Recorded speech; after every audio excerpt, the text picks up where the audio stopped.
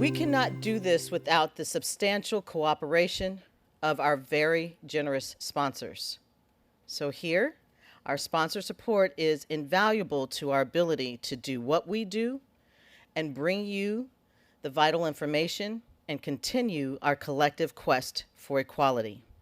Our next guest is the VP with the Aerospace, Defense, and Government Services team in commercial banking with JPMorgan Chase here in Washington, D.C.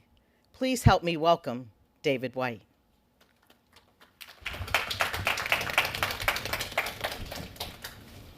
Good morning, everyone. My name is David White, and I am Vice President with the Aerospace, Defense, and Government Services team in commercial banking at JPMorgan Chase here in Washington, D.C. I also have the pleasure of serving on the board as well as being the chair of the Finance Committee of the Greater Washington Urban League. First, a huge thank you and congratulations to George Lambert and the entire Greater Washington Urban League team for hosting the 3rd Annual Equity in Black and White Summit. JPMorgan Chase is pleased to once again serve as a sponsor for this year's summit and applaud the work the Greater Washington Urban League accomplishes each day to fight for equity.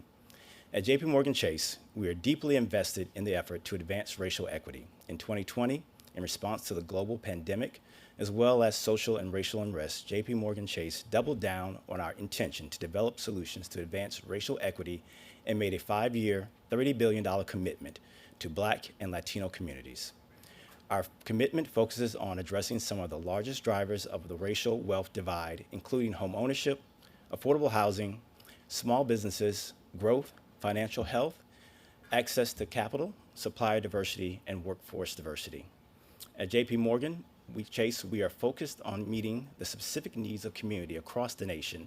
Trust and listening to community members, stakeholders, and leaders plays a critical role in our efforts. Today's summit provides a forum for participants to come together around the topic of trust and promoting racial justice and equity within organizations.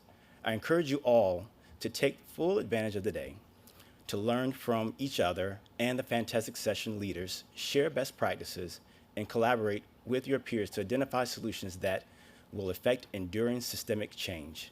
Thank you, and enjoy the summit.